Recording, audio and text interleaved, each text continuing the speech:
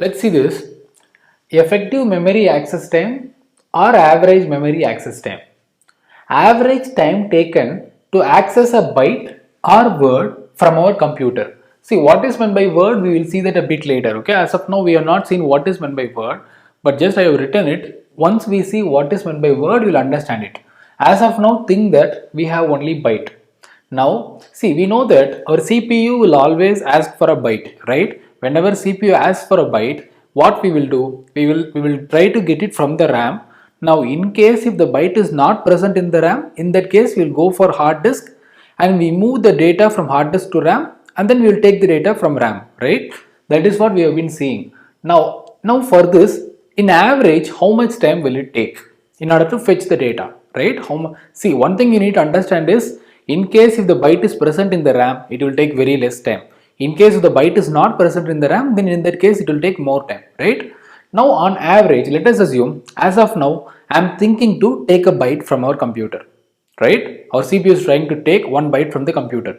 Now on average, how much time will it take? That is what we are going to calculate, right? See, one thing you can understand is average will not be the exact value always, right? For example, if you are calculating average marks of a student in a classroom, does that mean every student will have the same marks as the average mark? No, right? Some person will have marks higher than average, some persons will have marks lower than average. But still, we compute average just to understand how all the students are studying in the classroom, right? We just compute average so that it will be easy for us to understand how all the students are performing in the exam. See, rather than going and seeing every student's marks, in case if you, in order to evaluate the average, in order to evaluate the performance of a classroom, it is better you calculate the average and see the average, right? But still, it doesn't mean that all the students should have scored the same marks as the average marks, right? That is what I want to convey. So actually what we are doing is we are just getting a rough estimation. That is what we mean by average, right? The same is what we are doing here. We are just roughly understanding it. Okay, how much time will it take in order to fetch a byte, so that in the future whenever we are going to fetch a byte, we'll have a rough estimation, which means we'll have a prediction that okay, on average it will take this much amount of time. But that need not be the case always. In future, whenever you access a byte, it may take longer than this or it can be lesser than this. Okay, fine. Now let's see this. Let's see this example so that it will be more clear. Okay, you will be able to understand it. See, effective memory access time or average memory access time, both are same. Fine. They have given that RAM access time equal to 5 nanoseconds. Now what do we mean by access time? Time taken to fetch a byte from the RAM is called as access time, right? See, fetching means it can be either read operation or write operation, right? Updating, right? Write is nothing but updating. Reading is nothing but actually getting the data, right? Either read or write. That is what we mean by access. So RAM access time equal to 5 nanoseconds. Hard disk access time equal to 5000 nanoseconds. They have given that page fault percentage equal to 10%. What does it mean? Whenever I am trying to get the byte from the RAM, 10% of the times I will not be able to get the byte from the RAM, which means the byte will not be present inside the RAM, which means 90% of the times I will be able to get the byte from the RAM, right? See, if page fault percentage equal to 10%, then page hit percentage is nothing but 90%, right? Also, they have given that we are using single level paging, which means we are having only one level of page table, right? Now they are asking what is the average memory access time, right? Fine. See, average memory access time is nothing but they have given that 90% of the times you will be able to get the data from the RAM itself, which means we don't need to go into the hard disk, right? So 90% of the times, see, one thing you need to understand is, in order to get the byte from the RAM, we need to first get into the page table, right? See, it is not that we are going to simply access the data.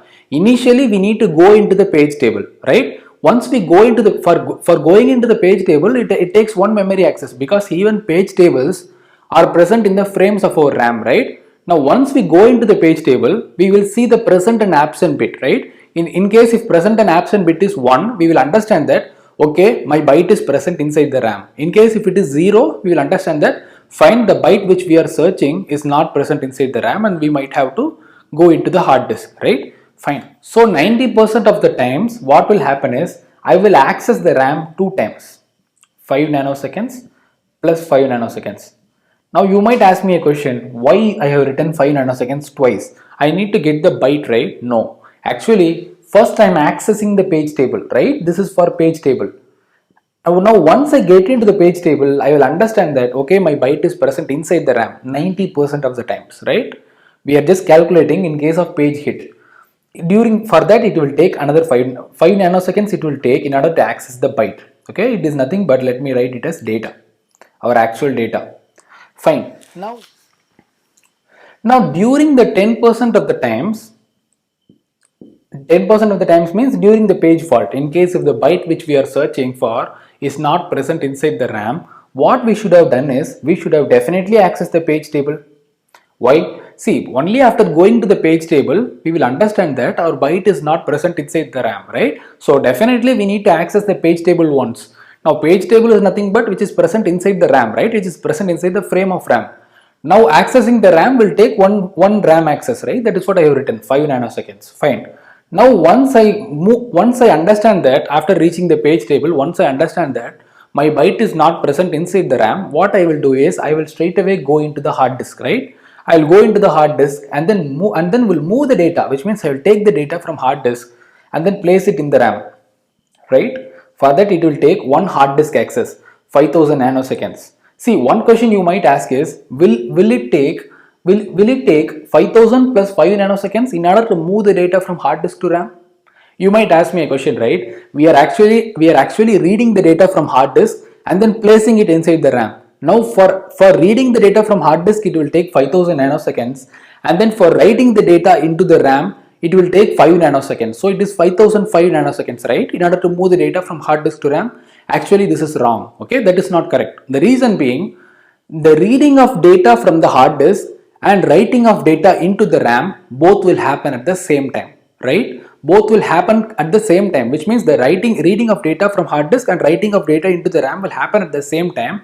So this time is negligible, which means the 5 nanoseconds, see, this is a smaller time, right? See, let us assume we are actually moving the data we are reading the data from the hard disk. Also, we are writing the data into the RAM at the same time. Now this time is very less, this time is larger, right? Now effectively we should be taking the larger time because this is negligible, as both are done at the same time, right? See, in case if you would have done after reading the data from the hard disk, in case if you were writing into the RAM, this is the time, right? This is the total time.